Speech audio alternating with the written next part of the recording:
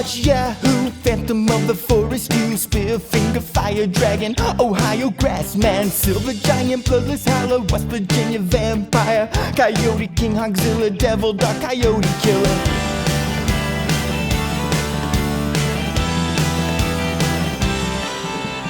Cave creature, mothman, smoke wolf, a lizard, demon, ashman, grafton monster, cow-killing bastard, shadow creature, dustman, Cherokee, death cat, wild man, great fire ape. What else do I have to say? Steal yourself some chicken wire, and I'll get some lumber. Catch the Thunder Brothers. Don't you dare get out of the golf cart. We can keep our big seats while we hunt the big feet. Snarly Team, Red Island Bear Beast, Silver Giant, Squalling Savage, Black Wolf was kind of average, Stone Giant, Raven Mocker, Midnight Whistler, Wampus Beast, Wawa Woman, Ohio Grassman again. Technically Huckleberry Wolfman or Wolf County, need to find the X again if we hunt the Lightning Man. Webster's Werewolf, Daily Howl, Kentucky Hellhound, Little Girl, Headless Horror, I can't take it anymore. Steal yourself some chicken wire, and I'll get some lumber. Catch the Thunder Brothers. Don't you dare get out of the golf cart. We can keep our big seats while we hunt the big feet. This here's BIGFEETS, the only Mountain Monsters watch-along podcast. I'm Robert Brockway, and I'm 6'5" and 500 pounds. I'm not, but it wouldn't be that weird if I was. And I'm Sean Baby. Despite his pain, he managed to tie up my arms and crush me in his powerful grasp. I headbutted him until he momentarily released me, and I gave him everything I had in a palm heel strike to the solar plexus. He still stood, rooted like a tree. We both went into the air at once, and as he executed a flying, spinning heel kick, I simultaneously responded with a flying, spinning back kick that blocked his kick and dropped him. Before he could fully recover, I went to the air again with a barrage of jumping roundhouse and spinning heel combinations. And I am New York Times bestselling author Jason Pargin. So he kicked the kick? He kicked the kick like 50 times. I love that he writes exactly like you would assume Van Damme would write. Like, you would assume Van Damme wrote that if you didn't know there was a Frank Dukes and somebody's like, this is by the guy that wrote Bloodsport. You're like, yeah, this is how Van Damme would write that. That sounds right. That's how he goes shopping. As a writer and as a journalist, I'm impressed with his memory for detail. Like those moment to moment, exactly recalling exactly what happened. It's incredible. All really 15 of his flying roundhouses. Yeah, most fistfights, people don't have that perfect total recall. It's unusual. Was that the fight with the monkey guy? Was that the fight with the really racist monkey guy? No, that was the fight with Chong Li with Bolo Young. See, that sounds like a finisher, but I thought the finisher was he formed a stepladder with his knee, and I took him to heaven with it. I don't want you to cheat ahead 5 intros from now, but we'll get there. I can't wait until he fights the really racist monkey guy and describes it in detail. All right. I'm already getting too excited. So before we forget to do our plugs, let's do our plugs. Jason. I hear your complaints about me promoting the same book for 27 consecutive episodes. Every time one of you complains, I delay the release of the next book by another month. So we'll do this forever if we have to. The book is still, I'm starting to worry about this black box of doom. It's been out since September. I've been promoting it since January of 2024. It's when it first went up for pre-order. And I will keep promoting it for the rest of my life if I have to, because I'm tired of your belly aching. Sean, how about you? Oh, I would like to promote Jason's book, which is going to just keep getting promoted if you don't shut the fuck up. Somehow that delayed it a month. I know it wasn't part of the rules, but there it is. There it is. All right, I'll plug everything else. If you like this podcast, if you like our other podcast, The Dog Zone 9000, and you want to hear bonus episodes of that, come support us on patreon.com/1900hotdog, or just the site in general, 1900hotdog.com. We have new written comedy every day. We're still doing it like it's 15 years ago and we'll never change. until the collapse of society, which is imminent. But we'll still do it then. I mean, as long as there's fire and rocks, we'll bash out comedy articles. As of press time, you should have Hunk Week fully done and in the world. If you're listening to this, Hunk Week will we will have just finished Hunk Week. We will have finished some hunks off by the time you've heard this. I like this podcast. There will be a new hunk store in our new secret tier appreciator only stores. We've got all sorts of new stuff going on the site. Go check it out. Go read up on it. Lots of different things happening, and we appreciate it. Thank you, and we love you. I'm trying. I'm trying kindness. I've tried outright hatred. It's lovely. It's worked great, frankly. I don't know why I'm trying a different thing now. All right. If you're still with us, this is a Mountain Monster Watch Along podcast. Mountain Monsters is a hillbilly cryptid hunting show, kind of in the vein of X-Files, in the vein of those paranormal ghost shows where they go out and they pretend to see something, but unlike those ghost shows where they go out and they hear like, oh, a creepy old lady is whispering in the woods. They might still hear the creepy old lady, but they will try to shoot her with shotguns. They will just gun down those woods like that scene in Predator. They fight Bigfoot every fucking weekend. It's a blast. I love it so much. We are watching Mountain Monsters Season 2, Episode 17, according to the HBO Max order, because like all the best shows, there is no order to watch this in. It's different everywhere you go. This one's called Bigfoot of Wood County, The Phantom of the Forest, which I love it. I love the episode title already. We tried to look up the monster first to see if they're even basing it off of existing folklore or just out here with their dicks in the breeze. And sometimes they are, but sometimes their dicks are in actual Indian folklore, like changing things to Bigfoot or I like how you put that too. Yeah, or inserting Bigfoot and Bigfoot was there at the end of some creation myth that is so valuable to like an indigenous people we have almost destroyed, and they're just like, yeah, and God was there, and also his friend Bigfoot was there. In this case, I could find no mention of the Phantom of the Forest in this context, because the name and monster are too generic. There are all sorts of tribal legends about creatures that guard the forest in some way, which is like this Bigfoot's defining trait. There's a book called Phantom of the Forest, so there's an old silent movie called Phantom of the Forest, and an actual serial killer called Phantom of the Forest, none of which are provably a Bigfoot. Got some suspicions about that serial killer. We'll get to that. And that feature film. We're spending so much time discussing this Bigfoot that is not going to show up in this episode at all. They said right there, he's Phantom of the Forest, baby. That's right. Spoiler, but we'll get to that. I think they forgot to do the Bigfoot. Like they've been forgetting the trap. They've been forgetting the plan. They've finally forgotten this is about a Bigfoot. We're going to talk about that. There's something interesting happening here. And when I say interesting, I mean interesting in the context of if you have been listening to this podcast for the last 37 episodes. I'm really excited. Not to a normal person, it's not interesting. This won't. If you're a casual observer, this will not interest you at all. But spoiler alert, next episode, they go back to Buck's hometown during Christmas, and he reunites with an old boyfriend. Aw. Is Buck okay? Which one is the city slicking banker that has lost like the small town spirit? Is Buck? No spoilers. No spoilers. It might be Buck. He's the slick banker come back to town. Definitely. Got to rediscover love. Okay, so it's time for Buck's truck briefing. They're all piled in their they're all piled in their truck. It's still 1,000 pounds a man, but it's just Buck and Jeff this time. Buck and Jeff take like an odd couple car ride now at the start of every episode, and it's wonderful. I love it. They're going to Woods County, West Virginia, to hunt the Phantom of the Forest. They say he is 6'5". He's 6'5" and 500 pounds. I don't even need to use a shack. This is Scottie Pippen carrying a refrigerator. Yeah, that's not even a fat shack. That's how you measure that. This is Shaq and him would be friends. This is Huckleberry if he ate like Buck. This is just a very normal sized thing. If you saw a figure in the woods that was 6'5", 500 pounds, you would just think, that's a big dude. That's a big dude. There's a big dude out there. I wonder who that is. That's what if that's Big Hank? Reachers on a bulk. Reachers bulking is what you would say. I saw half a reacher in the woods. We're not even fat shacking it anymore. Okay.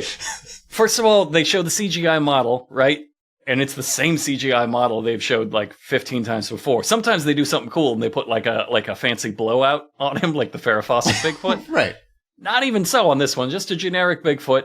And they're shrinking. We're getting shrinkflation on our big feets, on our moderate feets. At It's best. like they knew he wasn't going to show up all show, so they're like, all right, make him really small, make him super generic. We don't care. Yada yada. This is, as Jason started to talk about, this is your first hint that they're getting fucking sick of Bigfoot. Yeah. Yes. and in that'll fact, pay off. to skip ahead for a moment, when they get to Jeff and they ask, and he starts talking about the history of the Phantom of the Forest, do any listeners, if you have not watched this episode, you just want to fill in what he says here? Because your first guess will be right. What kind of Indians? What century? Yes, it's the Shawnee Indians in the 1700s. Exactly the worst right. century they have ever experienced as a people. They were overrun with Sasquatch. Just absolutely swarmed with Sasquatch in this era. You thought it wasn't Whitey. It was the BIGFEETS. That we came in and they had already been destroyed. I think that's the psyop the Ames team were trying to run here. It's like, no more white guilt. It was Bigfoot. Bigfoot did it. We just showed up and, we tried to help, but Bigfoot had devastated their community so thoroughly. I think Buck knew that Jeff was flailing because he jumps in and tries to spice it up by saying, there's reports that Indians would be out hunting and they would see this creature. If they would have let the animal go to waste, this Bigfoot would attack them. I guess he's like a pet detective, like a Bigfoot human remains Columbo or animal remains Columbo. I don't know.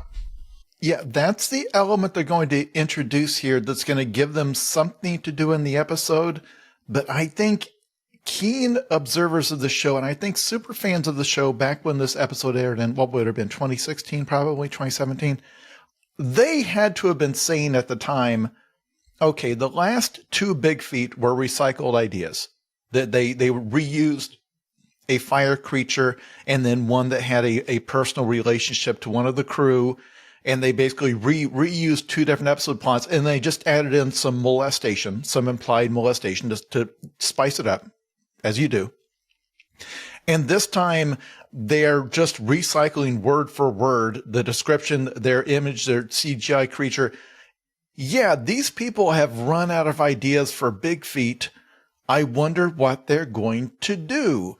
Because as Sean has dedicated his entire adult life to studying, when mediocre creative minds are pushed to come up with more ideas than what they have in their head, fascinating things happen.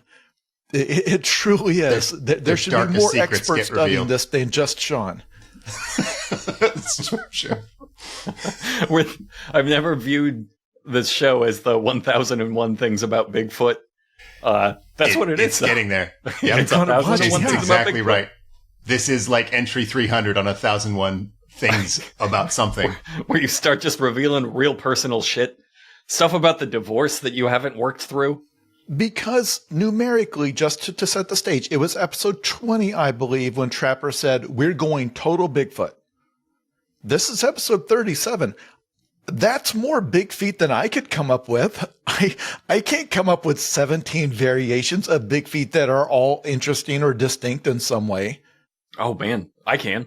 I was gonna say I'm surprised they ran out of ideas this soon with something like Bigfoot. Yeah, I mean, electric powers, fire. Nope, they used both those. They used Damn both it, those. I'm out. Haven't used Earth powers. There's been no Where's Earth the ice Mancer. Bigfoot? Yeah, they Do did have the a- clay No ice counting. Bigfoot? That one clay, he had clay armor. Remember? That's Earth no powers. psychic steel or ghost Bigfoot. No plant Bigfoot. They did psychic.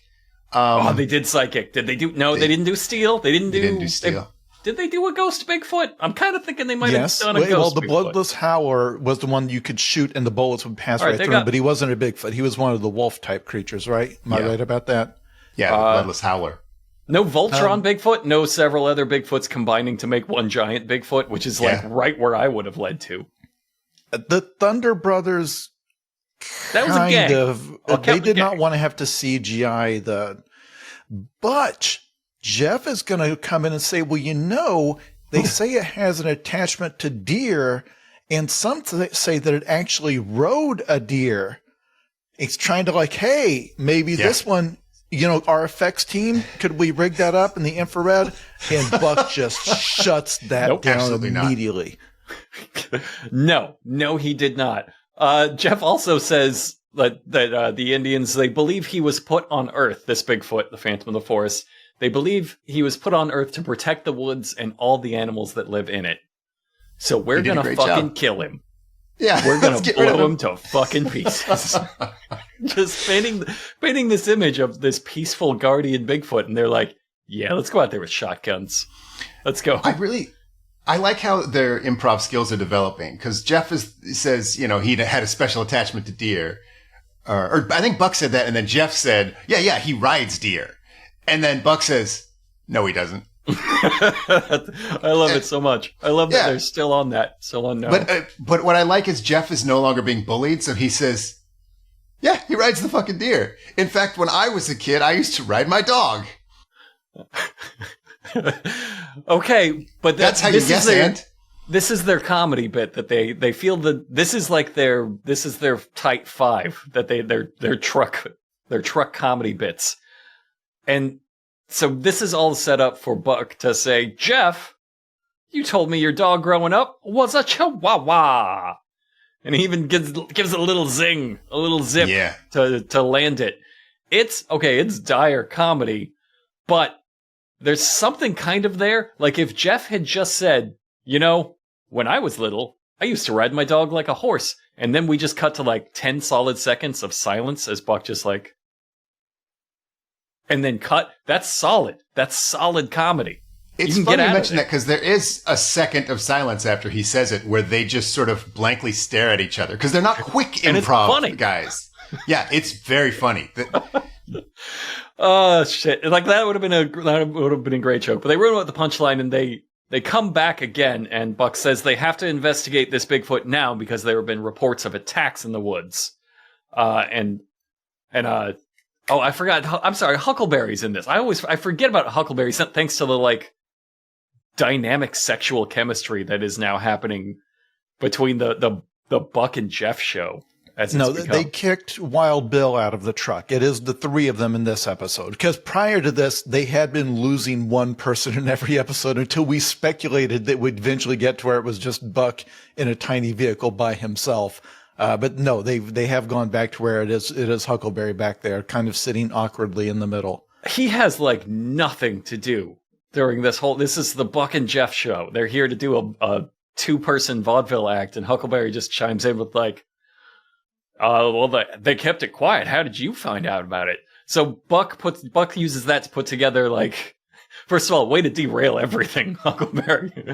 They kept the reports of the attacks quiet? Why do you know about it? Fucking veering the truck off into the woods.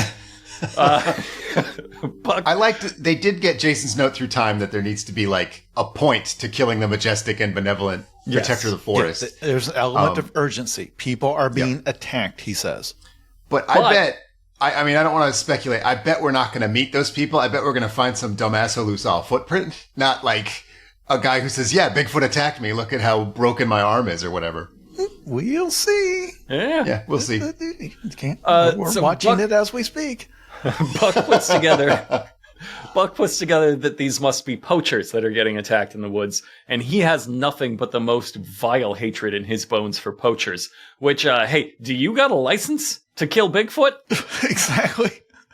This is going to run through this episode. Buck is not just angry at poachers. He has a visceral disgust. This is the primary sin, is hunting illegally. Because people in West Virginia they respect those laws year round. And again, I love the idea that obviously there's no legally approved method of hunting a Sasquatch. But even if there were, we've seen them hunt BIGFEET at one point with a 9mm Glock, whatever that shotgun pistol that Jeff has. Mm-hmm. And at one point, they used razor wire to try to trap this sheep squatch.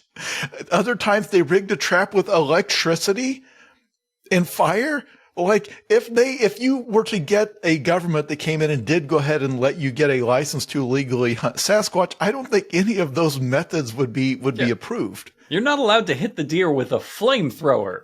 You know that's like there's no license for that. They would, if they had the budget, they would absolutely be hanging out of a helicopter taking pot shots at Bigfoot from the sky. Like the fact that they are trying to front morality on this is incredible. There's another comedy bit that they go out of the truck on. I don't want to talk about it. It sucks. I don't like how you make us be the ones to say it, because that makes it seem like it's our fault. Like we were the ones that said it. Yeah. You're Brockway. You expect me to say, no, here's what he said. Hey, Jeff, you know what'd be a good Bigfoot name for you? Phantom of the Outhouse. See? Yes. And that's made me Sean's say fault, that. everybody. I didn't do that. It wasn't and now me. you look bad. And I do look like a fucking asshole. And I'm shining brighter than ever, baby. I'm taking it. Taking your shine. So we go meet our first witness. It's Farmer Dan. His identifiable headgear is a military cap and transition lenses, which strong headgear. And he's got like crazy old man Weird Al hair, which like fucking on point. We've had so many weak headgear witnesses. I'm glad to have him back. This guy's great look. This is one of the early season witnesses where they all had some sort of a clown costume on, like they were making fun of people from this region. No, this guy's top notch, and he is fucking rolling. He is high as fuck. He just dropped Molly like an hour ago, and he's starting it. And he's just he got the corn sweats. He's got a presence to him. Dan's story is that he heard a loud truck come by in the middle of the night, and then he heard a gunshot. And he went out and he saw a downed buck in his cornfield. And Jeff interrupts at this point to just spit venom at the poachers. They're something else. They'll sneak up on other people's property, spotlight an animal, shoot it, make off with it. Anyway, let's enough of that. Let's talk about how we're going to capture this Bigfoot and sneak onto other people's property, spotlight it, shoot it, and make off with its corpse. Like, again, it's exactly what you've done in several episodes. It's basically their MO. They go onto someone's property and like mess around on it. Dan does the thing I like where he will not say the word Bigfoot. So he's like, something came out and charged the poacher's truck. It's on 2 legs. Don't know what it could have been. 6 foot, 7 foot tall. Has to be added to the drinking game. Yeah, a bipedal, a man-shaped creature, 6 or 6.5, 7 foot tall, big enough that it picked up a truck with its bare hands and never uses the word Bigfoot. I love it. I never noticed it, but yeah, every witness, they just never heard of a Bigfoot before. It is Bigfoot shaped. It's about Bigfoot weight. Bigfoot sounding. It's a well-known creature. It's protecting your forest. You schedule a meeting with Bigfoot hunters. This is absolutely the zombie movie where they're like, fuck, if anybody knows anything about zombies, the whole movie is fucked. They'll just shoot them in the head and it'll be over. So we have to invent a whole universe where it does not exist. And here it's Bigfoot, and they're like, well, I'm going to call, in the paper, they're just like ape-adjacent investigators. For like, it puts them first in the yellow pages. That's true. Well, I guess this is ape adjacent. I wouldn't know what to call it. They'll know the technical term. When it rams the truck and like lifts the truck up off the ground, the Ames team is like, yeah, that's a Bigfoot. Like up until then, they're like, this could be anything. I mean, he's 6'5", 500 pounds. To be fair, they're like, yeah, it could have been Huckleberry's brother. Huckleberry's big brother is out here. Fucking shit up again. Well, they've got to try to spell out a scenario that fits with what they said in the truck, because again, they do this backward, where it's like, well, they came out, they shot a deer, and this Bigfoot hates poachers, so he attacked their truck. Because as Sean said, this witness was not attacked by the Bigfoot. He saw a third party being attacked, because we always have to remove any sense of danger whatsoever from these witnesses. So I love this because the creature is not upset about hunting. You can hunt. You can kill the deer. It is not there to protect the deer. It is specifically upset about people killing a deer in a way that is not in compliance with state law. It is the poaching that it doesn't like. If you go on someone else's property, you cross property lines, you do it out of season. You're using that's what the Sasquatch is upset about. Because if this guy had shot the deer on his own property, it would have been fine. It's when it saw these people come with their truck and their bright lights, it's like, no, that's not legal. Not since they changed the law 5 years ago. You may not be aware, sir, that the statutes were updated. You're not allowed to. You can't shoot from the truck anymore. Like, if he had got out and stepped off of the highway, that would be fine. Bigfoot would the not have Phantom of the Forest. Yeah, that's fine. It wants you to obey the law. That's its thing. Anyway, we got a narc-foot. Fucking narc-foot, everybody. So Just aside from this, sending anonymous calls to the cops.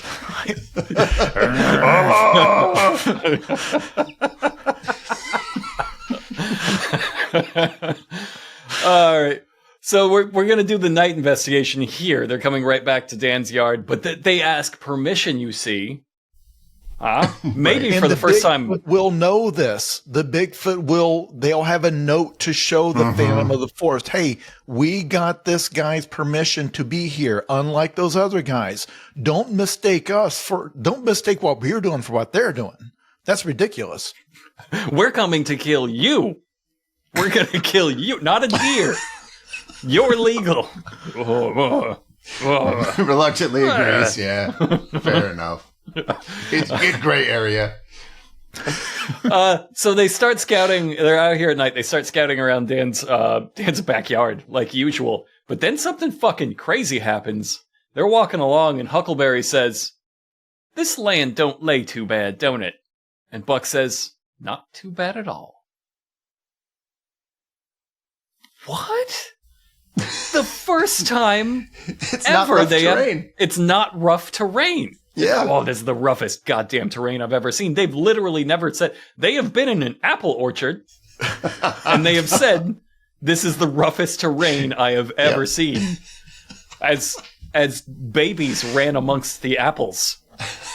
They were like They were in Huckleberry's backyard, which he had named the Devil's Spine. because there was a rock. There was a rock. Like if these guys are saying that this isn't bad, you are on a golf course. Congratulations, you have the most well manicured piece of land in the state. This has never happened. Do not take a drink if you're playing the game at home. It never happened. Maybe it certainly will never happen again. I was so shocked. So they do say that this would be a good place for Bigfoot to travel. Like as they're just walking along in the ground, they're like, this is good Bigfoot ground. it feels good under the foot. I bet he'd like it. Yeah. Nice soft grass, good roll to it. Slight downhill, so it's not too hard. Fine walking. So Buck stops everything and he stares down a muddy hill and he says, "You know what this is? This is a hillbilly slide." And then he jumps down a hill, slides on his butt down the hill, and I will give him credit. He was right. He didn't scoot. He didn't tumble. He slid all the way to the bottom. He seemed to lose most of his pants doing it and maybe break his tailbone, but it was a slide because I mentioned this because Jeff and Huckleberry go after him and they don't seem to do as well. They kind of like tumble and scoot. I wonder if there's some kind of factor at play here that would cause Buck to move Earth better. I don't know what you're trying to get to. Just technique? It must be. Just pure technique. Jeff does let out a wonderful girlish woohoo going down, a very Super Mario-ish noise. It's great. a very Mario noise. You're right. Remember when Buck stopped everything before to eat shit off of a vine? Just like swing off of a nearby vine and smack his whole head into a tree immediately?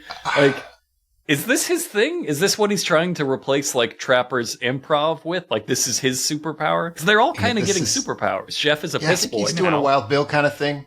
Yeah. I'm worried though, if he did this 10 times, he would hospitalize himself. Like it's just by the grace of God that these men didn't break something. Yeah, I'm shocked it went that well. Like that should have been cut to credits, end of episode. Yeah. Like we've got to we have to air it. Yeah. We have to air this 13-minute episode. He's just a boulder sliding down. Like if something goes wrong, he can't adjust to it. And we saw that in the last episode. Says, look, I'm going to swing on this vine. And he hit that tree so fucking hard. Because it's not like he's falling. He's like, oh, let me just take the fall like this. It's like, no, it takes him 7 minutes to rotate 2 degrees. I want to reiterate. I know we've already tried it, but that vine, when he jumped and swung on that vine, there was no place else that vine could lead to except directly into that tree. That tree, it's not... He didn't swing off to a side, off on like a weird trajectory. He didn't slide for a very long time and hit the tree. He slid, his hands lost purchase, and then he hit the ground and then the tree. But if he had maintained his grip, he still would have hit that tree. Like there was no I'm just success. going to say it. I don't think people with foresight that bad should lead a Bigfoot hunting team. It's an incredible display of incompetence. Like you're right. It's a Wild Bill trick. And he is just floundering to find like what he brings to the group now that Jeff stole Piss Boy. Maybe he was going to do Piss Boy, but no, that's taken. And he's got like all the physical comedy is taken. Like he's got to find his thing.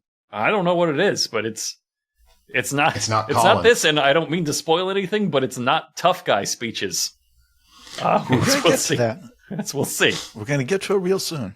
So they're now down at the bottom of the hill. They're in a creek trying to track the Bigfoot because remember, they only travel by waterways. They've all got little dowsing rods following the water.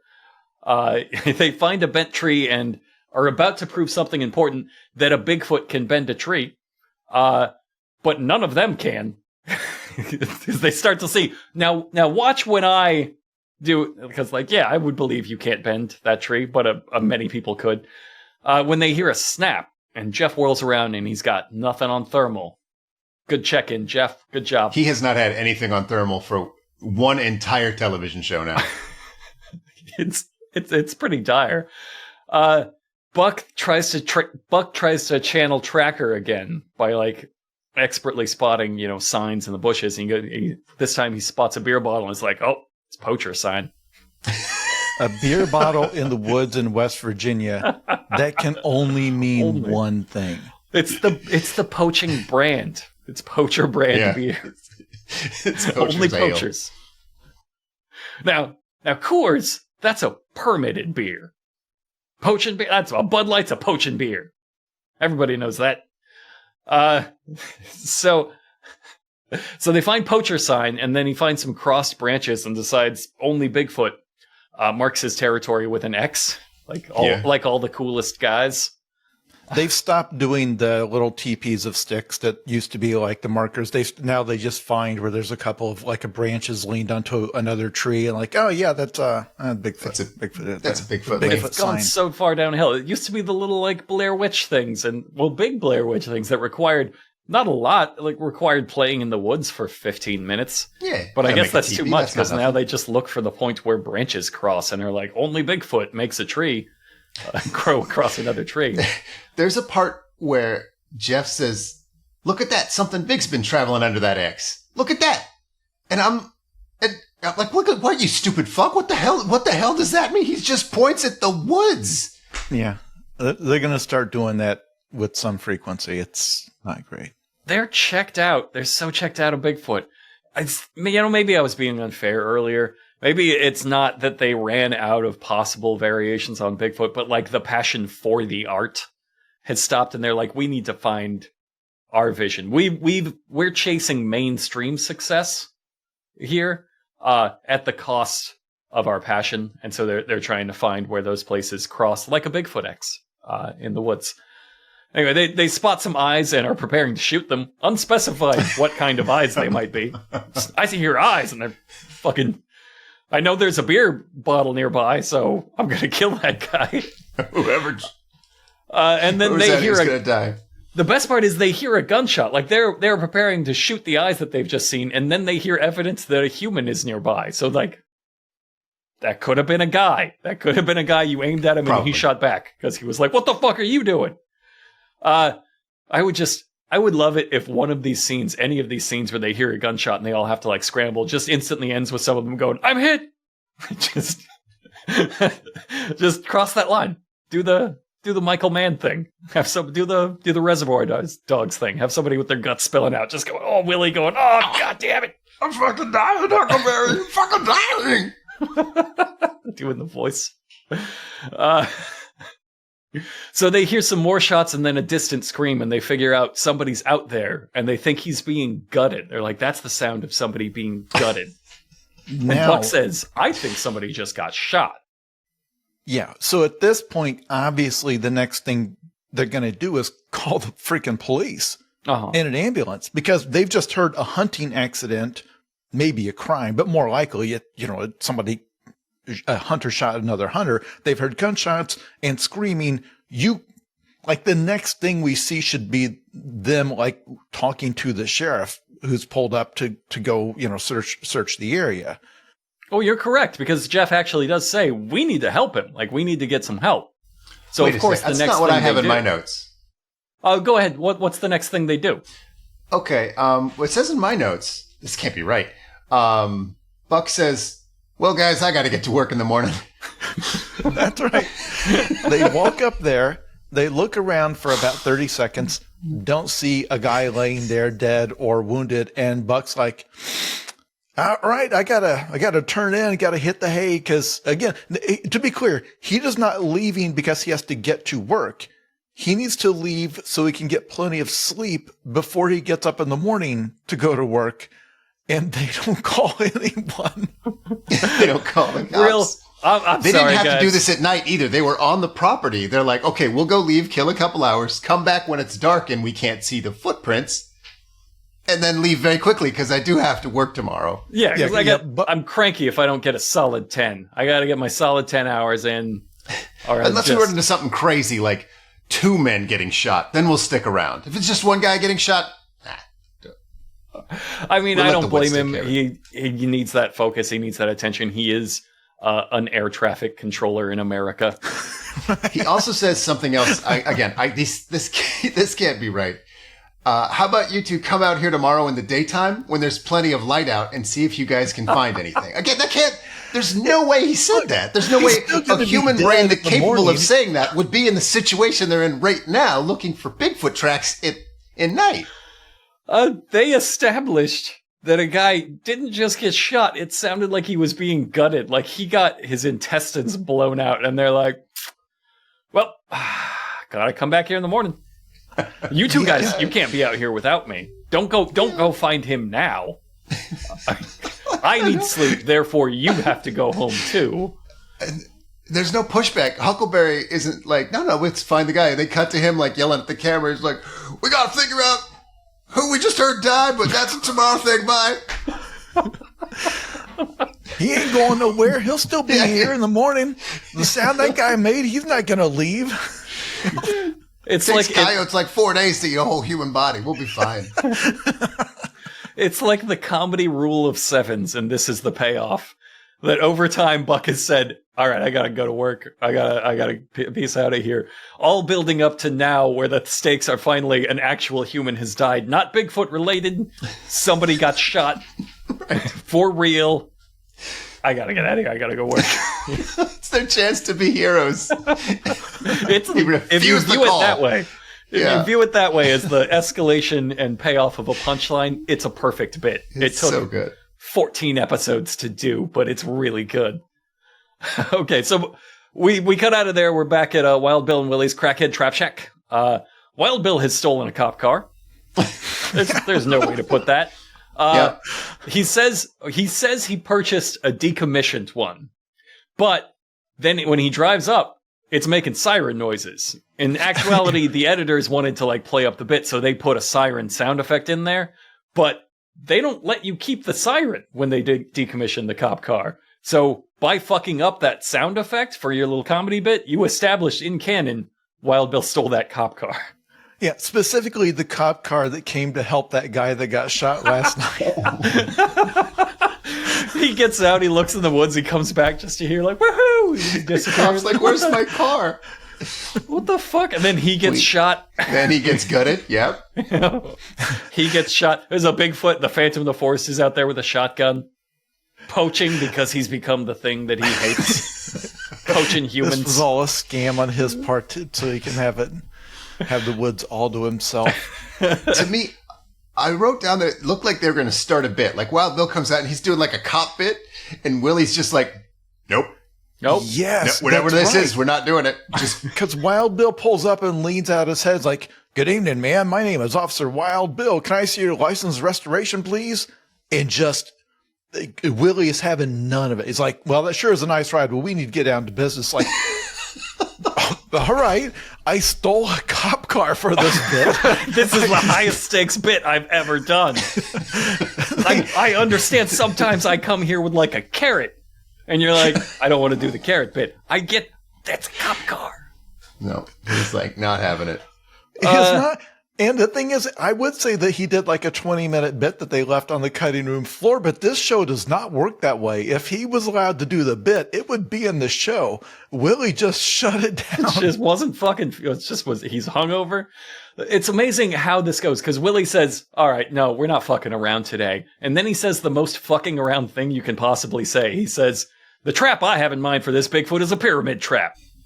Like, a pyramid trap? We can't goof on the cop car because you're gonna build a pyramid for the Pharaoh Bigfoot? Like now hold on, nothing. just a moment, because he's got a little very poorly made pyramid model that does not work. It looks like he had about 5 minutes to like cut a little piece of foam board or something to demonstrate what a pyramid looks like. And a lot of listeners are saying, well, why a pyramid trap? They didn't mention anything about Egypt or anything like how does pyramid come into it? There's a reason it's a pyramid trap. Listeners, if you didn't watch the episode, I want you to pause the show and try to guess what the reason could be, because you will never guess in a million years. But we'll get to it. I think they're unpaused. Would you like to explain the reason? Well, we don't have to stop. When they pause it, it stops for them. We can keep talking. But no, we'll get they're going to get back to it. When they come back to the trap, it will be unveiled why they did it this way. Wow. God, you learn something new every day.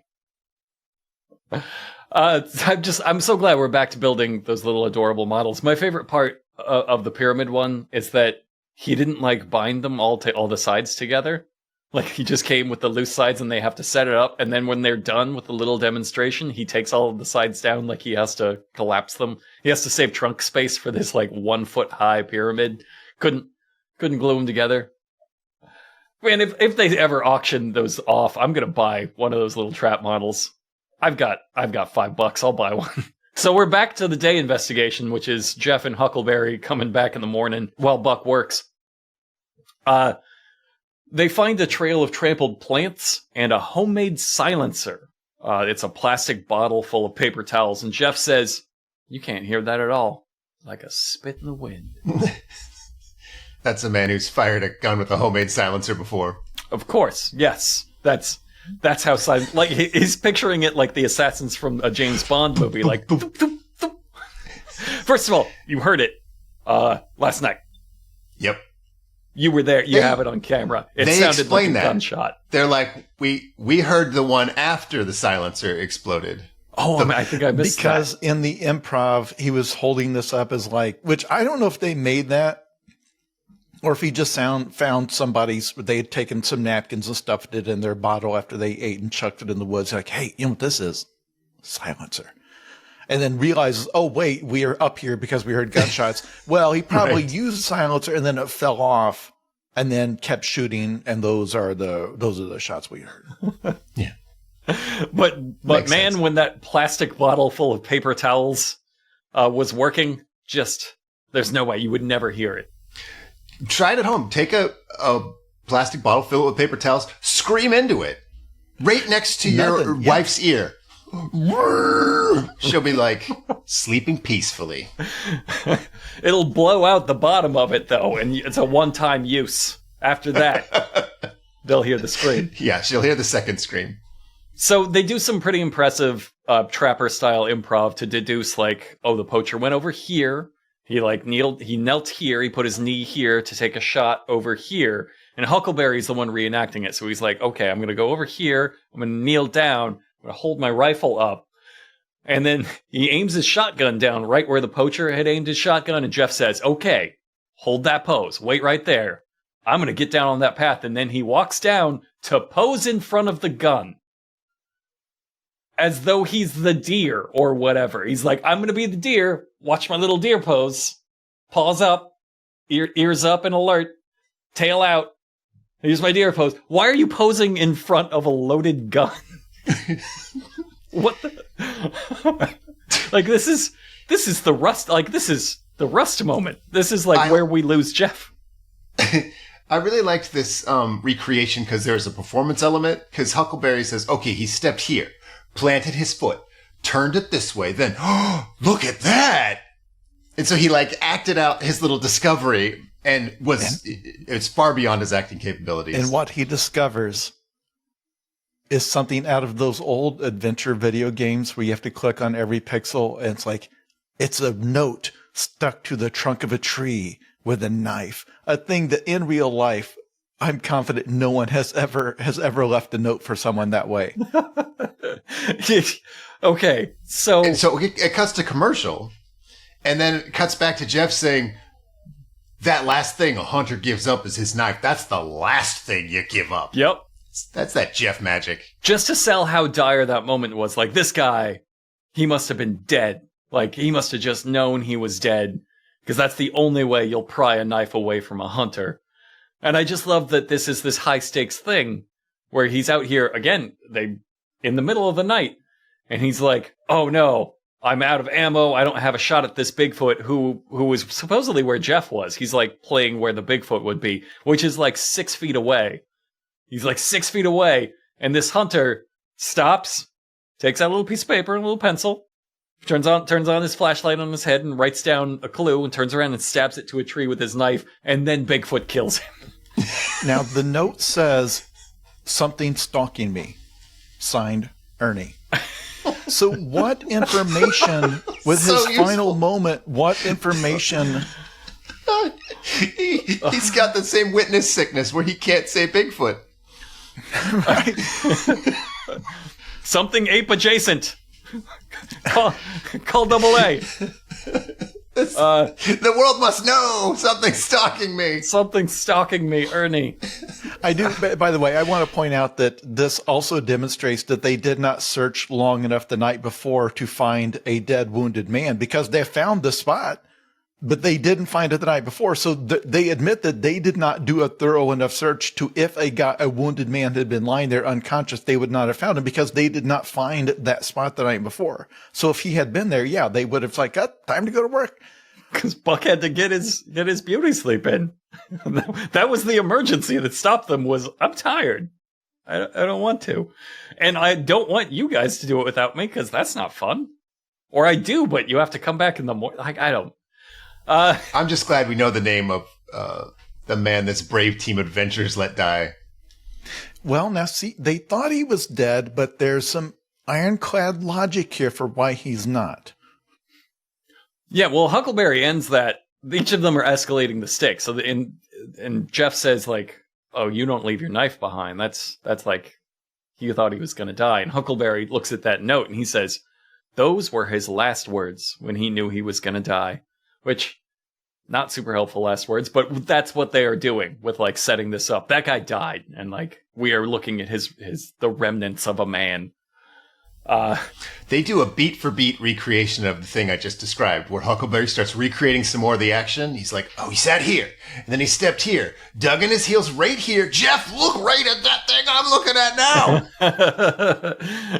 he's I don't know if he's still like something about these last few episodes. He got the acting bug, man. He just like he saw Jeff going for it with the Ravenmocker episode, and he's like, I could do better than that. I can outact Jeff.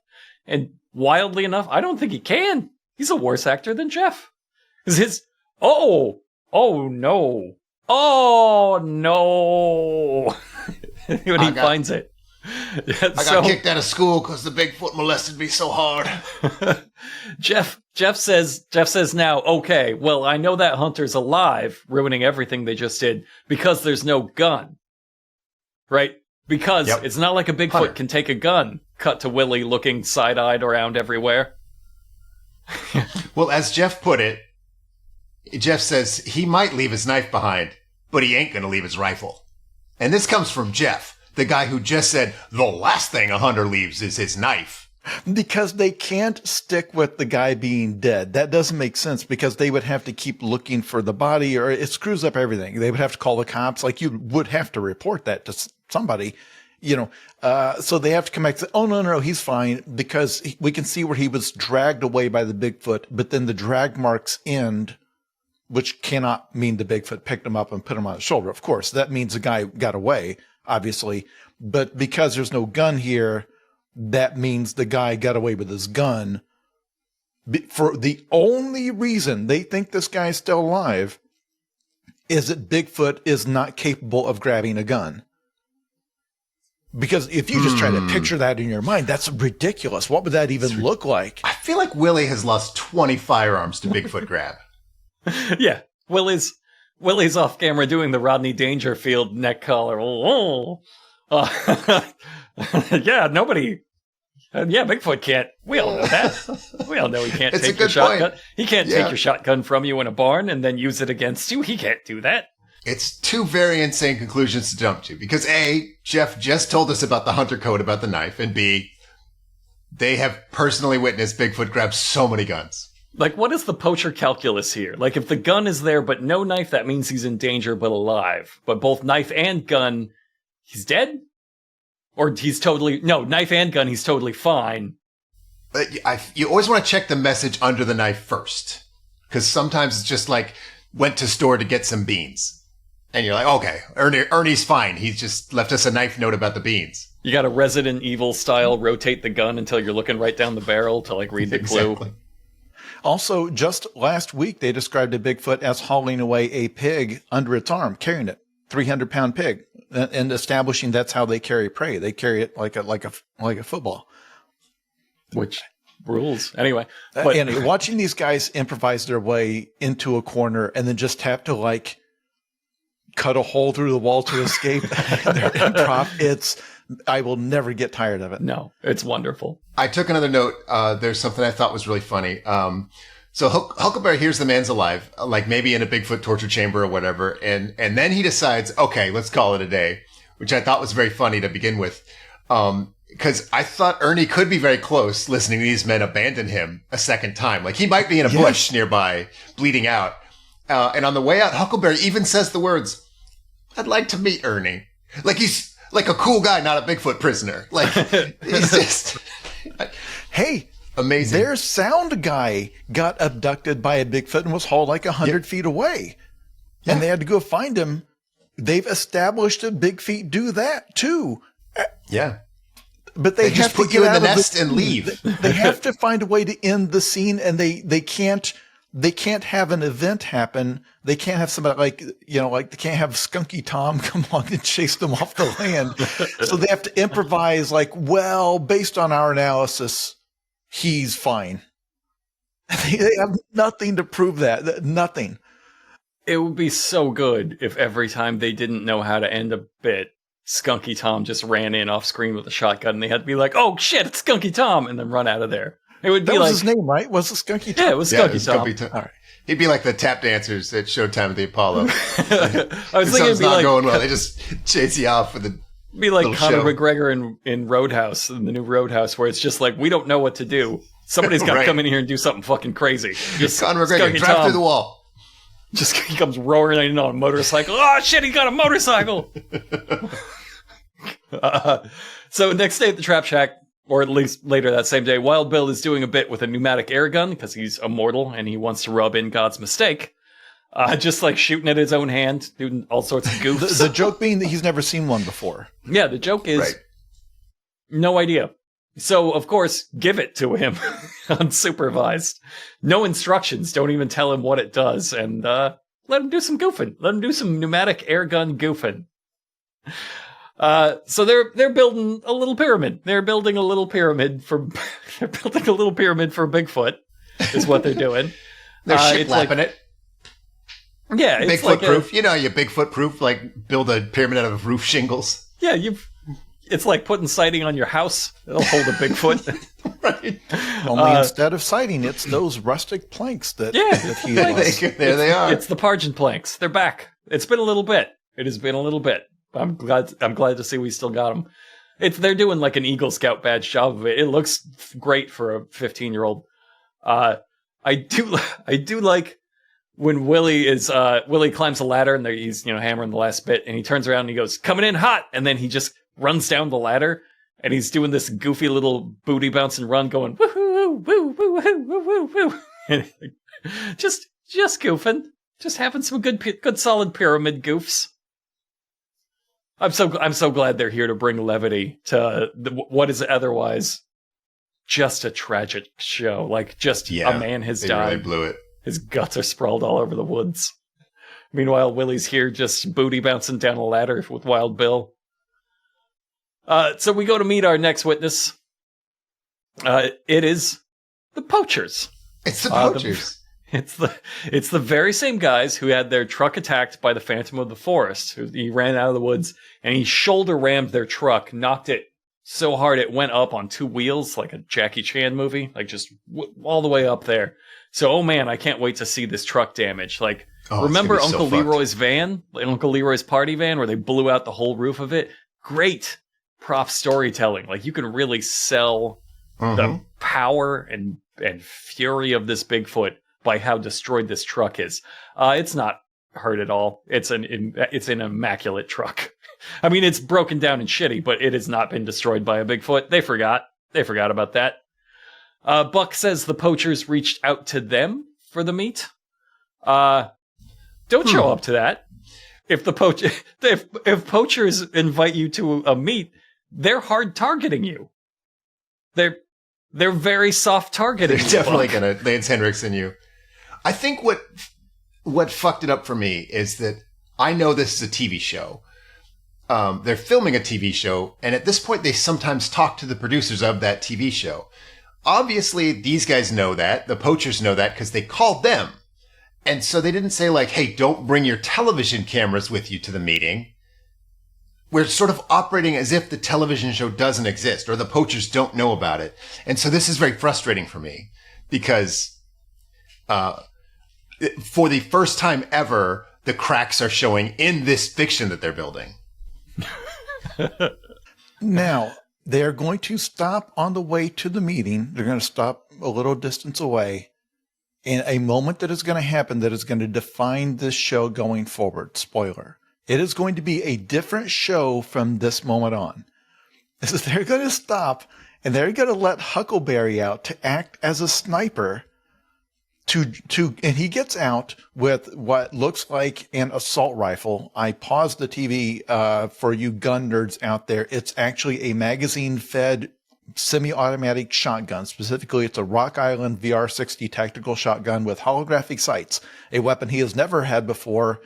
It does not look like something you would hunt with. And in fact, if I saw you hunting in the woods with that weapon, I would say you're a poacher. But let's not beat that dead horse. And they let him out, and it's like they start staging this like a scene from Sicario. Like he runs out and hides behind a tree with this assault rifle shotgun while the rest of the team gets up to meet with the poachers.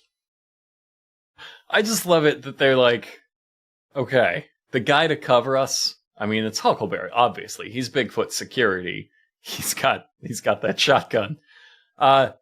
Just minutes ago, Jeff was giving him a fancy deer pose while he pointed his gun at his head. Like, it is muscle memory for Huckleberry to shoot his friends first. And they do know a combat marine who hangs out with them all day. They put the combat marine on pyramid building duty and had who is completely insane and immortal, who cannot be damaged by the weapons of man. Like and notably, he's your Wolverine. Has no idea how to use a nail gun or build a pyramid.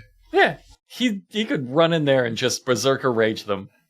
hey guys, even all jokes aside, if you legitimately think this is going to turn into a gunfight, bring everybody. Bring the trap team. Tell them, hey, we don't need the pyramid right this second. Right now, yeah. Just bring a couple extra guys just to make it clear they're outnumbered. Smart. Or don't go. It's a hard target. They're gonna hunt you for sport. And Buck, I mean, unless there's a really fun hill for you to slide down, I just don't think you're getting away. I just don't think you're surviving the section where they chase after you on ATVs. Like, that's always the first part. I don't think you're getting away. That might be surviving the game. You might be mixing up your most dangerous game movies. Yeah, how dare, they're all so different and majestic. Whatever the part is where you realize I'm being hunted. I am a man and I am being hunted for sport, the ultimate sport. That first part where you run, that's the part you're not making it through. Like, I can see you doing the stealth. I got your missions point. in, like, the I'm warehouse. just a very pedantic nerd about my Jean-Claude Van Damme. But that first part, you're not getting through that. So Buck sidles up to the poacher's totally undamaged truck and is like, well, we're going after a Bigfoot, and I understand you boys got something to tell us. So just what a great introduction that is. I love the idea of walking up to somebody in a hostile situation being like, I'm going after a Bigfoot. What information have you got? Fucking great. They repeat the story they already know from Dan, but, you know, from the bad guy's point of view. And Huckleberry's out there with his fucking shotgun the whole time, just ready to blow these people away, even though at this point they have shown no threat.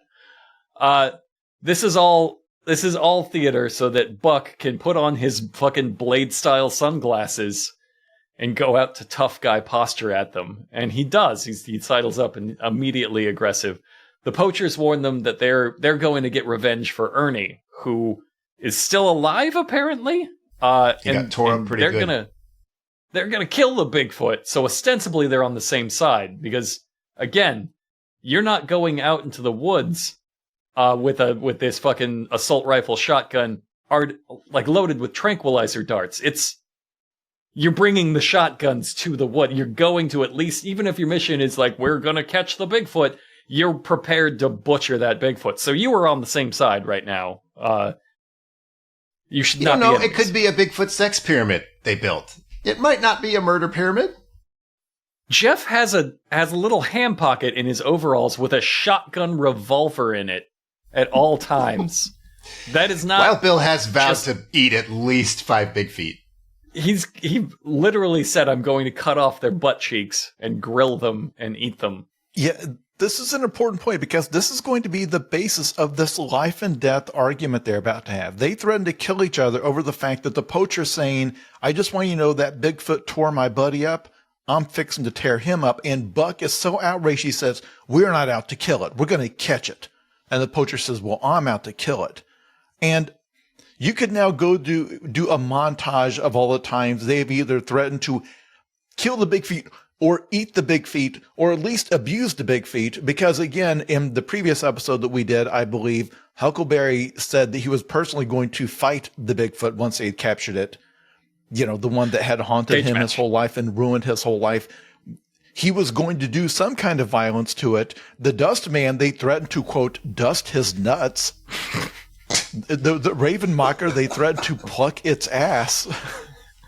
The bear beast, they said they actually did kill, and 1 inch of water washed it away, so it could never be proven. Yeah, try hunting, try getting that past the Fish and Game Commission, saying, a creature totally unknown to science, we chased it into a stream, and then all of us unloaded on it Predator style. We emptied every magazine we had and we're pretty sure that the water just carried its totally bullet-ridden corpse away. That's okay, right? In terms of ways to hunt a thing legally? Like, if any of this is true, several of these big feet have been, like, caught in the traps and in panic have, like, exploded out of them, lit them on fire, like, run through razor wire on several occasions. Like, you have mauled and left them for dead, all of these. Like, there's no moral high ground. you don't get to play Steven Seagal's I'm the real native arc now. Like, that's not how it works. At this point, Buck, in his speech, he specifically mentions how he works over 100 hours a week. I put that down too. That's very strange. I bust my butt for my money, he says. Yeah. I'm working every day, putting in over 100 hours a week just for trash like you to come out here and shoot deer unethically. And then you're going to come out here and run your pretty little mouth at me, he says. Aw. And then the poacher blushes. You think it's pretty? No. So I took a note of this because Buck seems to think they're poaching deer for antler money. Like they're taking the bucks. So like it's rhino horn or something. I swear to God, I looked this up on eBay. Right now you can get a product called 5 pounds of deer antlers. That's a quote for $34.99. Yeah. Buy it now. I saw many used 8-point duck antlers for about $60. The meat is way more valuable. Like as an act of poaching, it makes no sense. Like, no, you would you can sell the meat. People will take it. There are lots of people love deer meat. That people do it all the time. I love that they're out here. They just got to poach in bulk to get me the antlers I use to give to my dogs for a special treat. I sell them to tourists down at the pizza shack. This argument escalates to a point where the rear window rolls down and a guy points a Glock out at Buck's freaking head. Just like a little hand. Buck unfazed says, "You think that's the first time a gun's been pointed at my face?" And he's dead right. It's happened dozens of times. We've watched it. Trappers pointed a gun at his head. Wild Bill's pointed a gun at his head. Huckleberry points a gun at his head once every 20 minutes. He's like, hey, all of these guys have pointed guns at my head today. You think that scares me? You think that scares me, motherfucker? Huckleberry's got his gun pointed at my head right now. Right now. If this breaks bad, my head's the first thing to explode. You're going to be like, I'm going to kill you, and my head's just going to go... You're protected by a vehicle. I'm out here unprotected from the wild shots he's going to fire from that thing. I loved it because, like, Buck will leave the woods if he hears a noise. If it's like, oh, what the fuck was that? Snap, we got to get out of here. But a gun right in his face is just like the most normal thing to him. I love it. He's such a coward, except for this one very specific danger.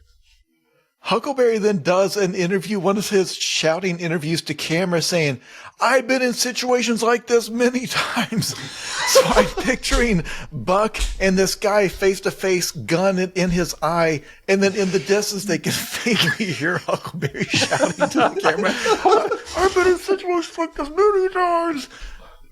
What did he just say? What situation? Is he talking about this situation? What's he talking to? I gotta go. There's another hand coming out of the car. So Huckleberry, now that this has escalated, the gun is pointing. Huckleberry sneaks up, aiming his shotgun, and the poacher's back off. He goes, I'll tell you what. We'll put them all away. We'll just go our merry way. Aw. It's gonna be merry? It's gonna be, you got something merry planned after this? That's really cute. Between your pretty mouth and your merry little way, this is much more jaunty of a standoff than one would expect. Has a real villain turn here because he says, you better hope this Bigfoot gets to you before I do. Tell your buddy Ernie that. Like, Ernie's the man they left for dead in the woods. Like, you're not a tough guy for mocking Ernie's Bigfoot injury. And then he continues. He says, tell him I said hi. And I hope he feels better. And then he pauses and he goes, yeah, and he screams like a bitch, by the way, too. It was Jeff that I think added that last bit that he screams like a bitch. Because you gotta see Jeff start to add in little bits of realizing he's immortal. Remember, a witch told him he couldn't die until a designated point. So you got to have a couple times in this episode where he's like, hey, you can't do anything to me. But he never takes the lead. It's always this. It's always, and he screams like a bitch, by the way, and then he scampers off. He's become a little hype man, like a little weaselly hype man. Which I guess that's the bully, usually a demotion buddy for any human being, but for Jeff, that's a promotion. I mean, it's better than tasting piss and discerning. This is real dog shit behavior. Like, this is villainous scoundrel behavior. You're not the good guy if you're mocking the way your friend screamed when Bigfoot killed him while you sat around and listened. Now, let's examine something real quick here. The poachers did not know that the whole team was out there when Ernie got attacked, and they ignored him and his dying words. So when Jeff said, and he screams like a bitch, by the way, that's the poacher's first... So you were out there? You didn't help him? They might even jump to the conclusion that there is no Bigfoot, and these men, beat up their friend. Yeah. I'm just saying they realized at that moment, that's the moment when Jeff's little, line back there is wait, how would you know? Were you the guys that he said that they just... You came by and he was looking right at you, and he was sure that you were going to help him up or something or call somebody, and you were like, well, I got to get to work. And he was like, that was you guys? That was you guys?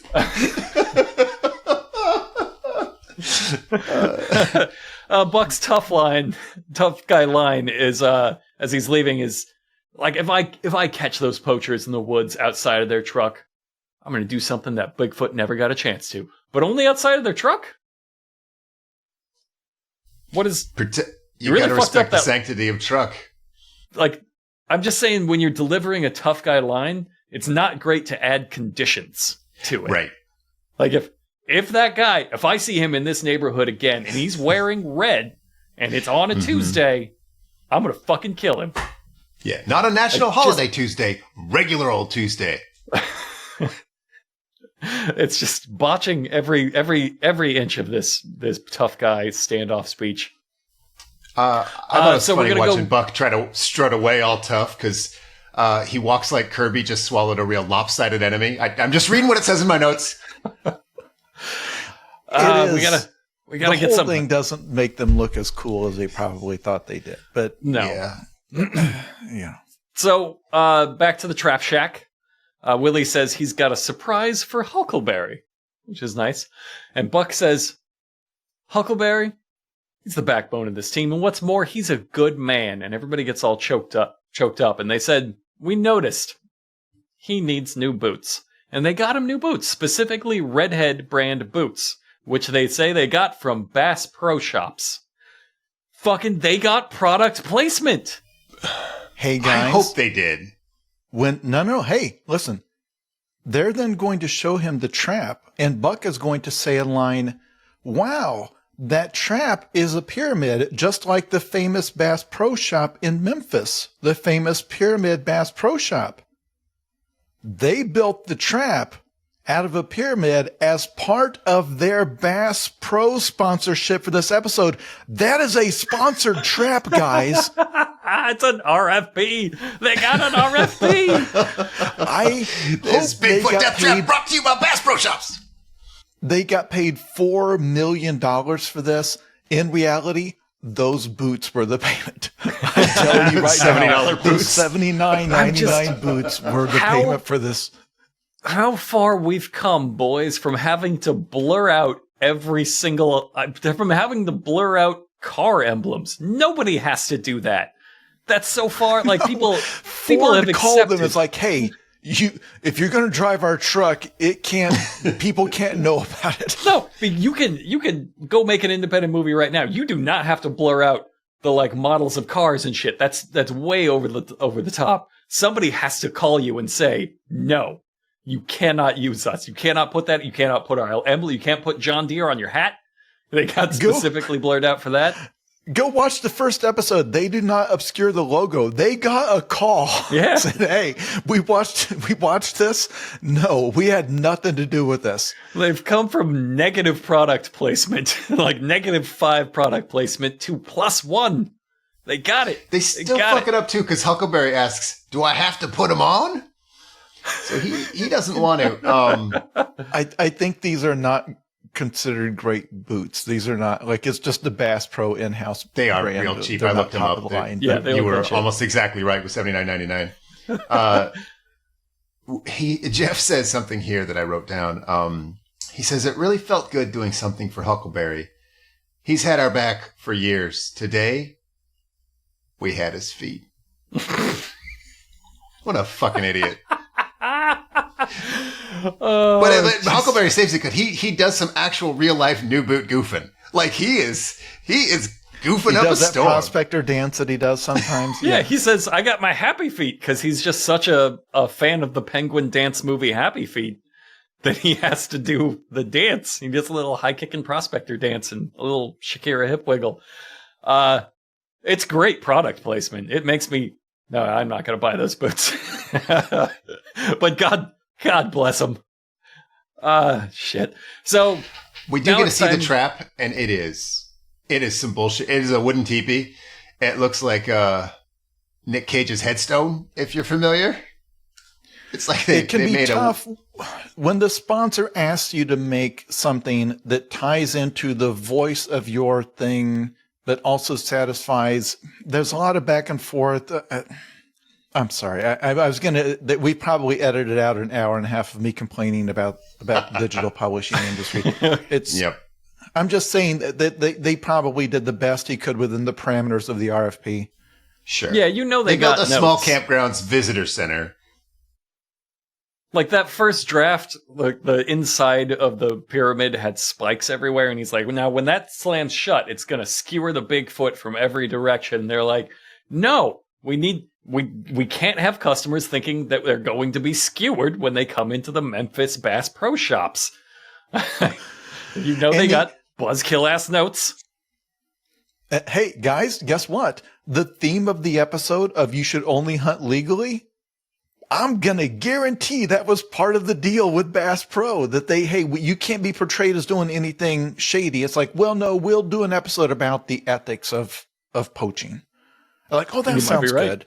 Can we see a script in advance? Like, well, it's not the kind of show that necessarily has a script. Mm-hmm. And a napkin that Wild Bill script. Phantom of the Outhouse written on a napkin.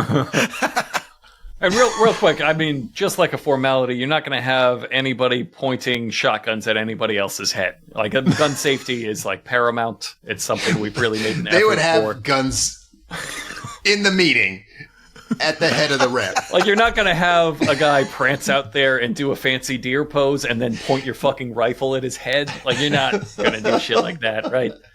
I don't know why you would. It's ridiculous that I'm even saying this.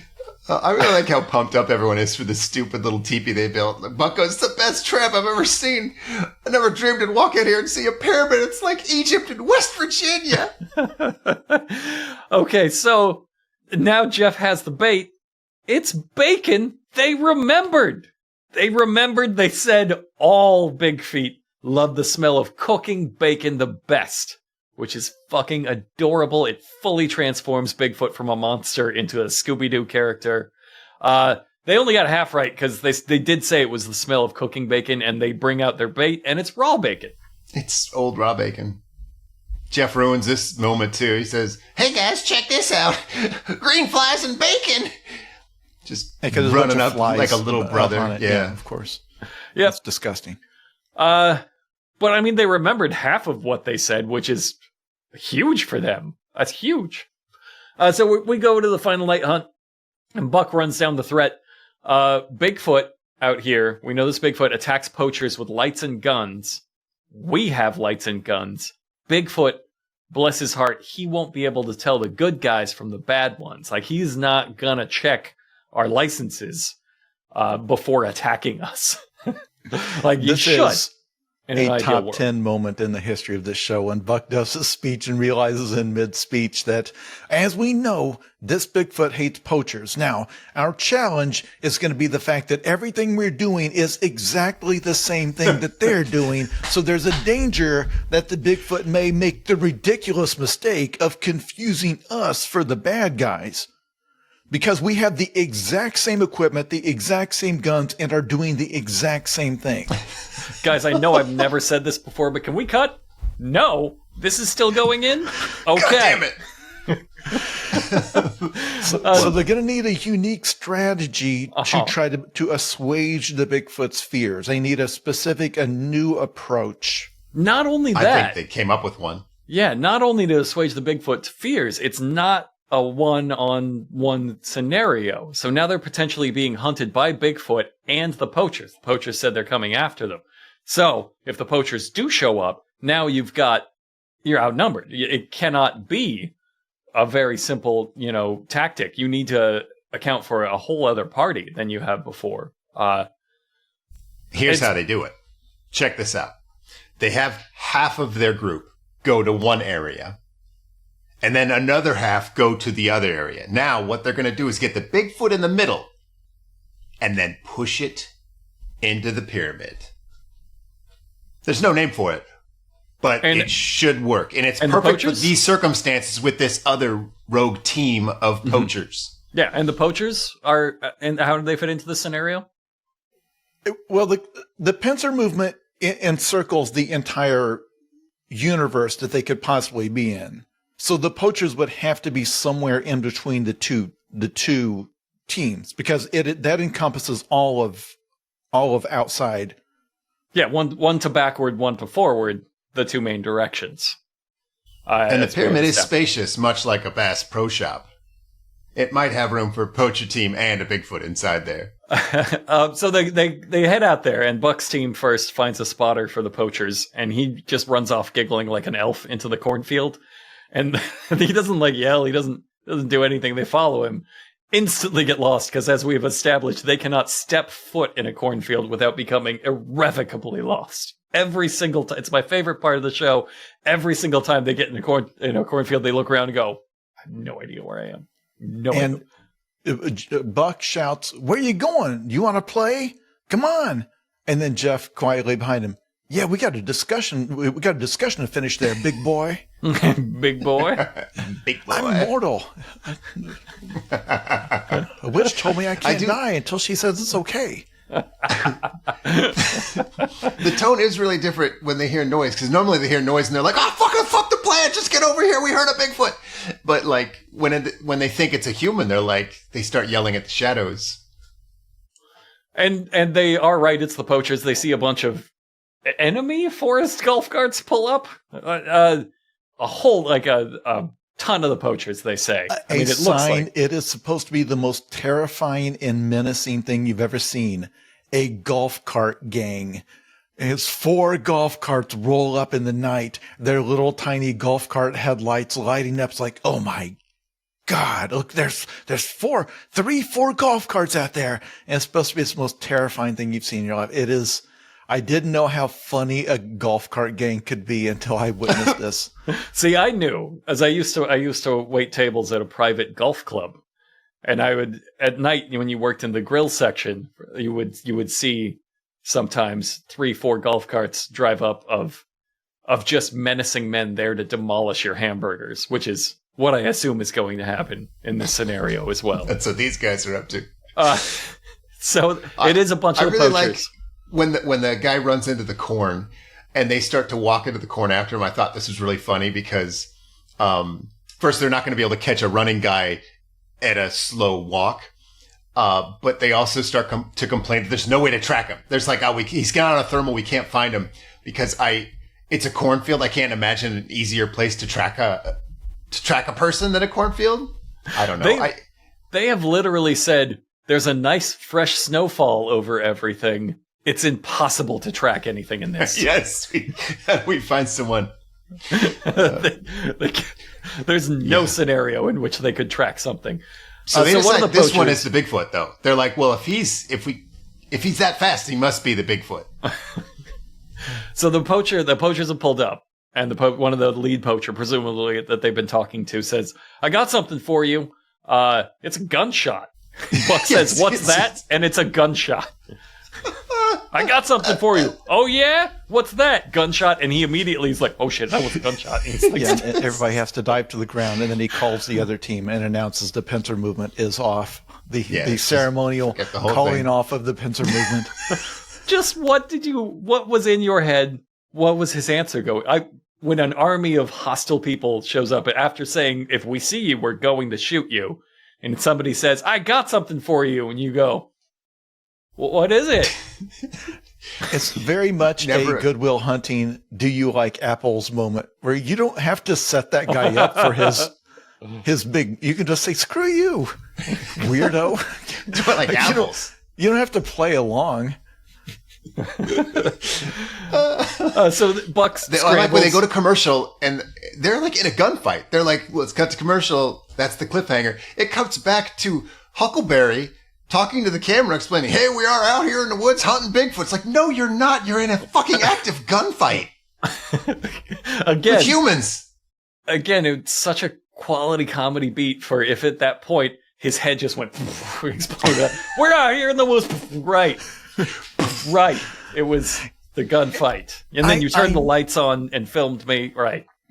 I know this is beyond obvious, but I'm going to say it anyway. Of all of the many big feet they've hunted, you would have the Thunder Brothers and that witch with the death curse. After that, they've not hunted anything more dangerous than a guy with a rifle that could kill you from 100 feet away. They've not, they treat it as the most terrifying thing you've ever heard of when a Bigfoot throws a log at you. A guy with a high calibered, high velocity rifle is far, far more dangerous than this Bigfoot ever dreamed of being, because it kind of put a dent in a truck one time. Like, yeah, the Bigfoot is utterly irrelevant at this point. And the second most threatening thing they've ever fought was a Bigfoot with a gun. Okay, so they tell their own camera crew, turn off all your lights, and they all lie down and just go completely quiet in terror. Yeah. Like after saying, oh yeah, what's that? Oh God. And they all just like... Use your Marine training to lie down and hide. Yeah. They even radio Wild Bill and Willie, not to say like, you got to come here, circle around, flank them. They go, you got to lay down and hide too. You also must lay... Wherever you are, cower. So cower they're in place. They just cower. They actively cower. They start hiding from the poachers, acting like they're totally helpless against this threat, even in their own narrative, which they control because clearly they can't be like, and then we opened fire on other humans in our televised reality show, because you have to admit, either we didn't do that and it's all scripted, or this was a crime that we did.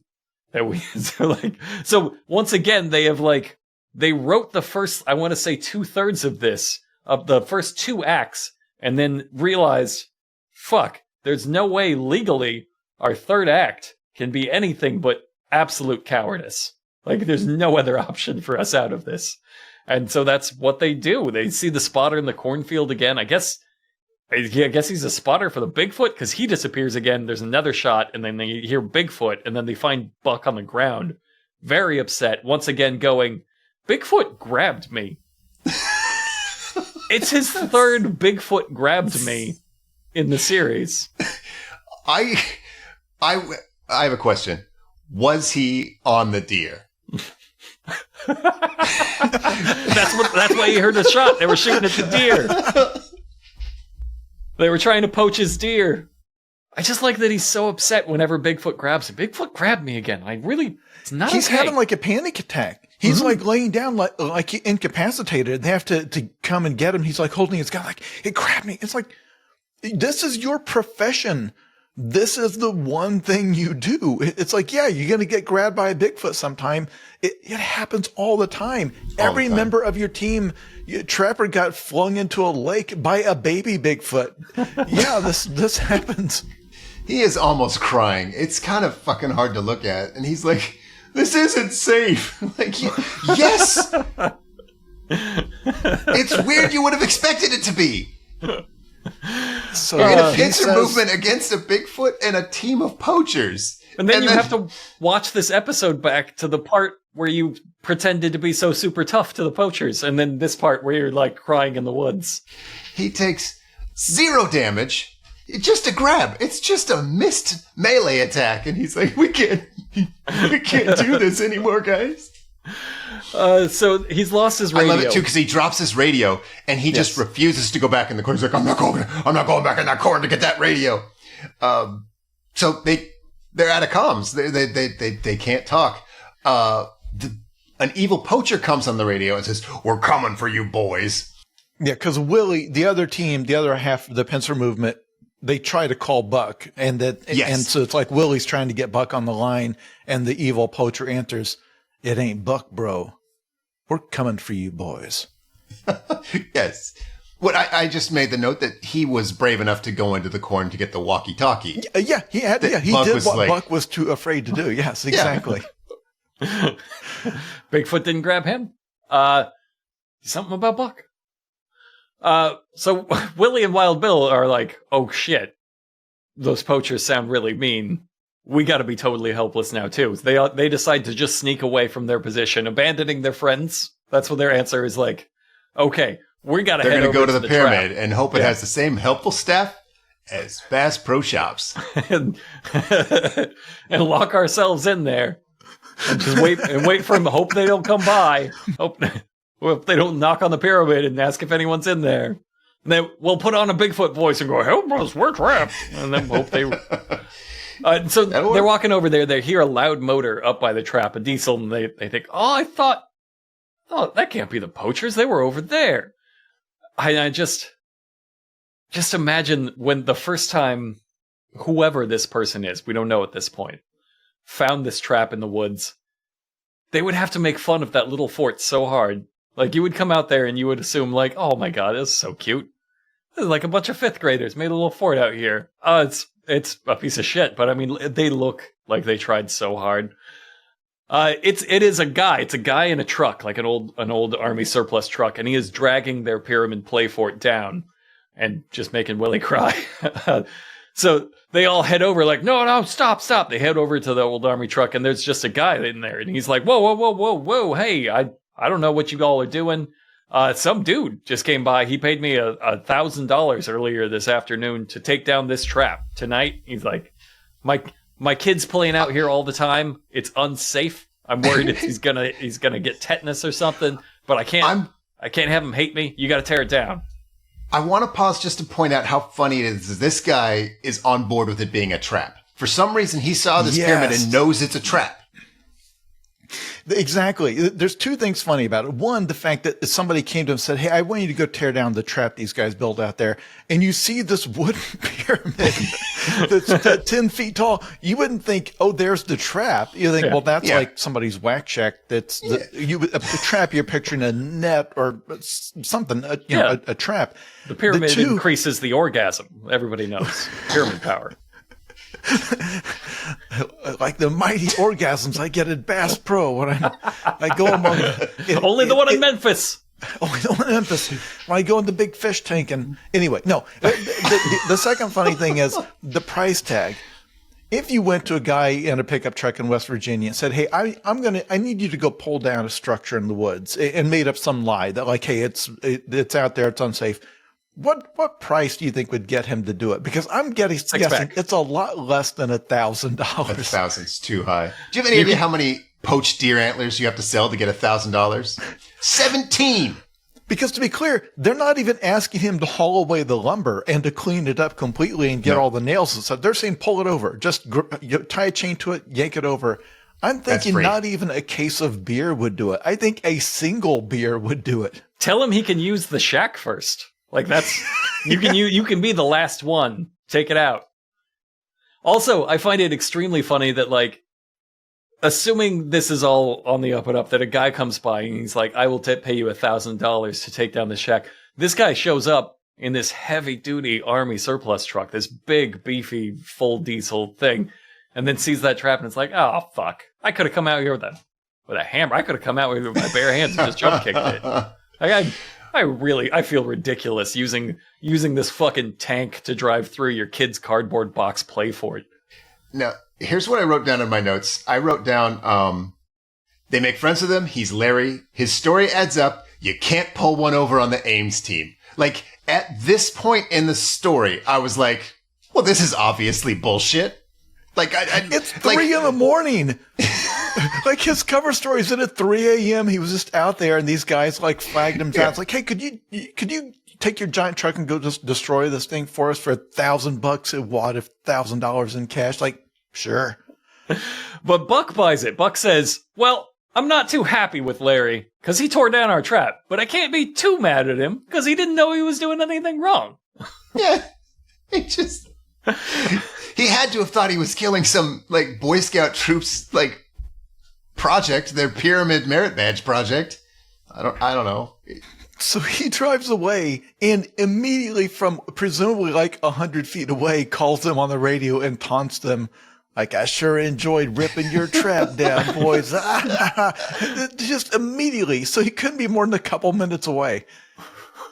He just to shame them. Buck was already, he was so down even before he got that call. He's all weary, just going, like, guys, these poachers ain't playing games. They shot at us. They tore down our trap. The Bigfoot attacked me. I hate my job. I still live with my mom. Everybody says I'm no trapper. I broke my pants on that hill. I didn't say anything, but my ass has been out this whole time.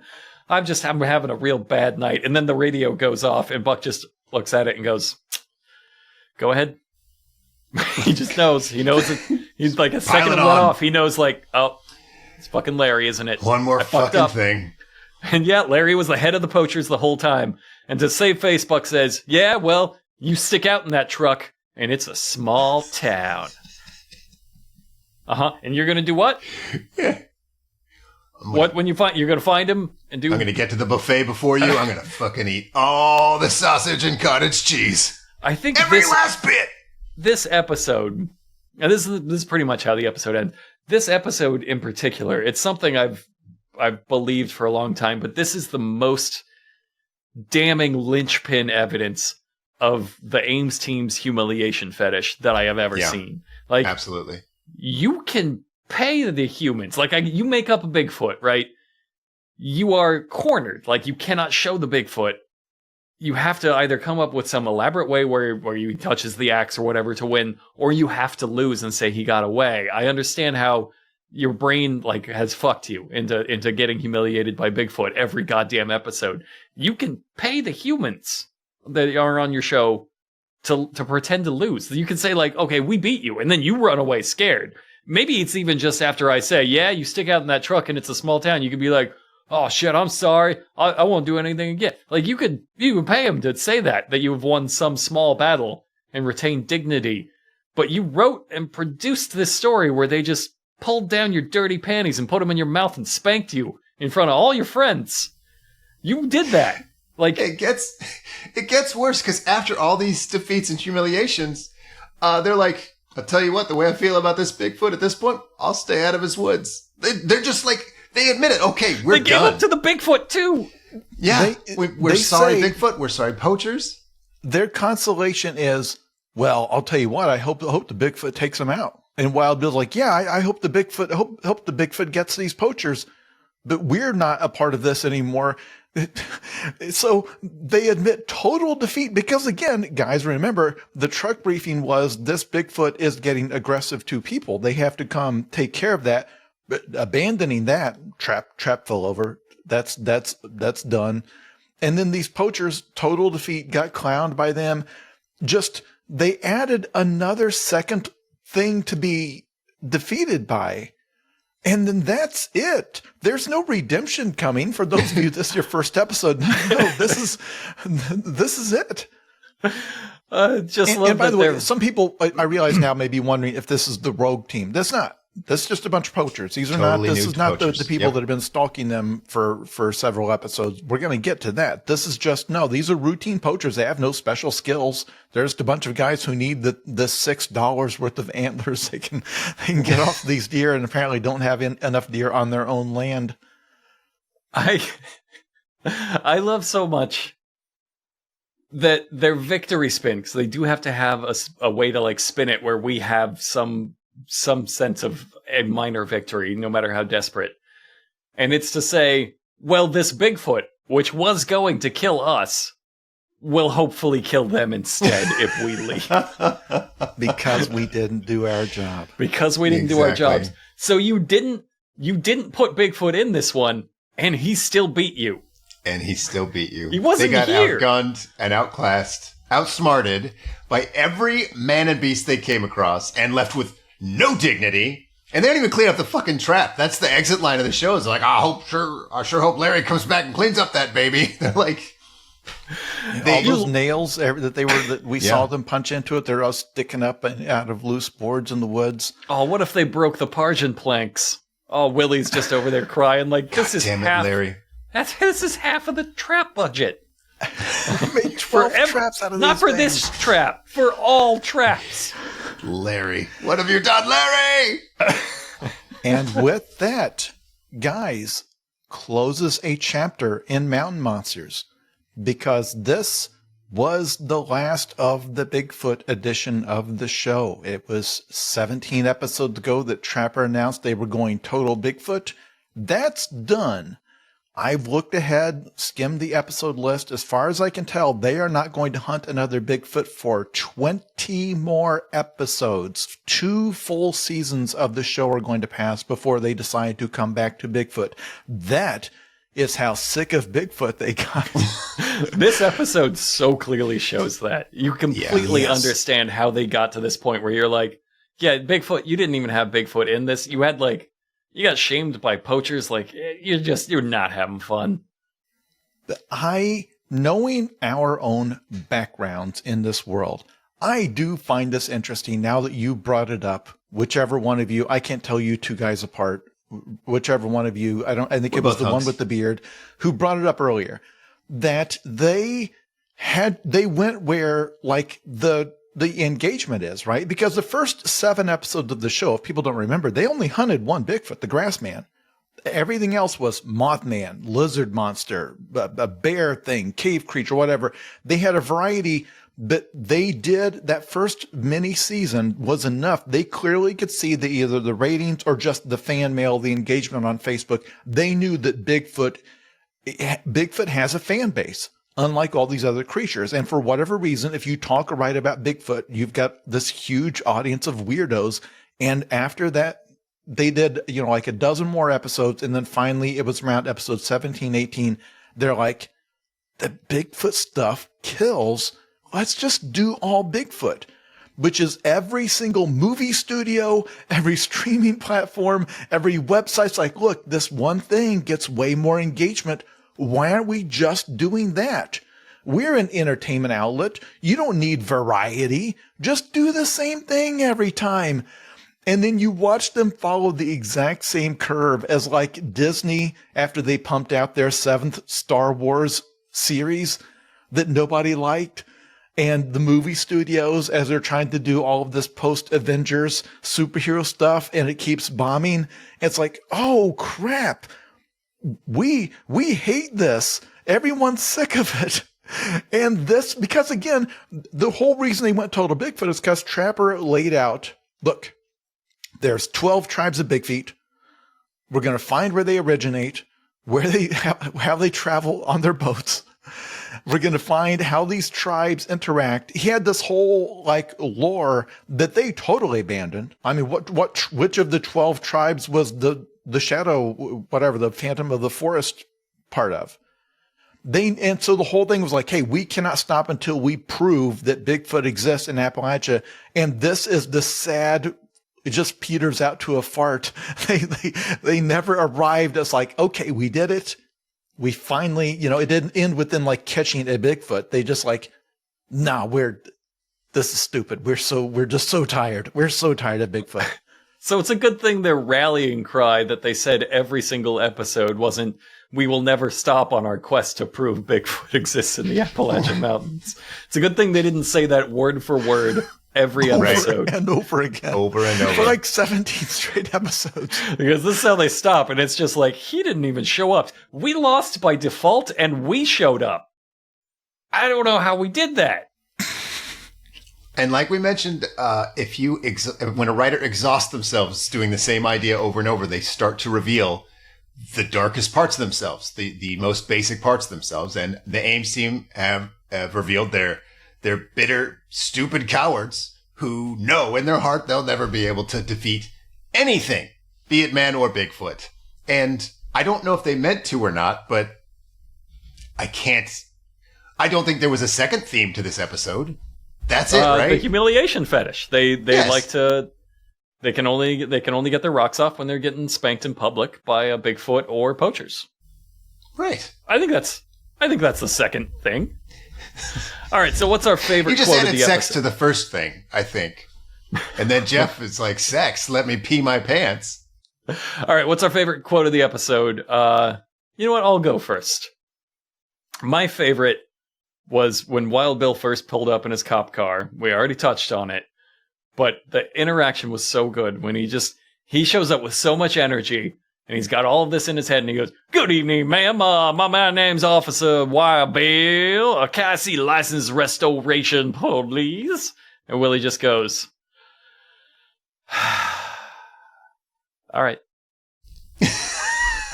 He created a character he was going to do. I think that car was loaded with props. Yeah. I think that whole backseat was full of props for this whole thing he had worked out.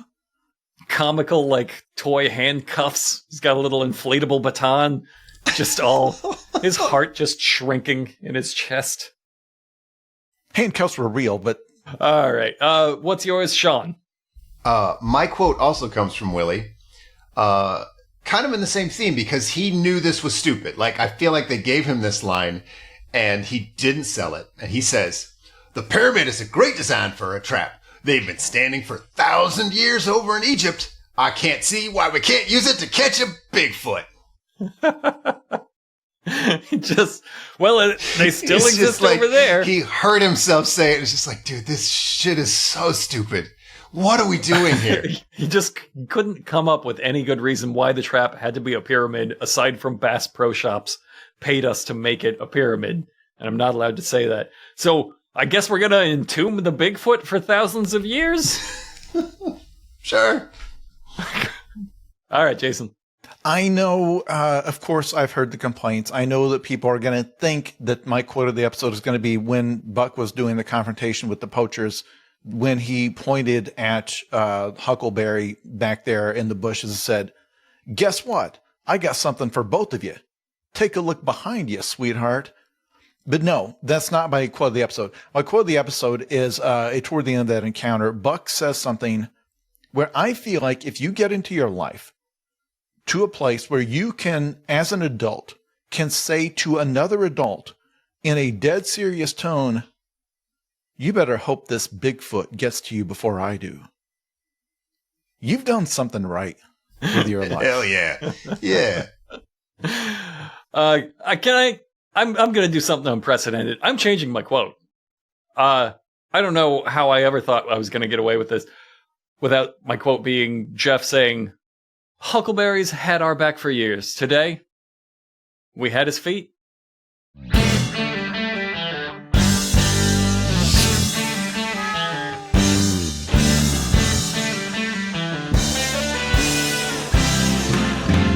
Because you had to be a Bigfoot, didn't you? You had to open up your mouth. You had to be a Bigfoot, didn't you? All your friends were so knocked out. You had to have the last word last night. You know what everything's about. You had to have the white hot spotlight. You had to be a Bigfoot last night. Whoa, whoa.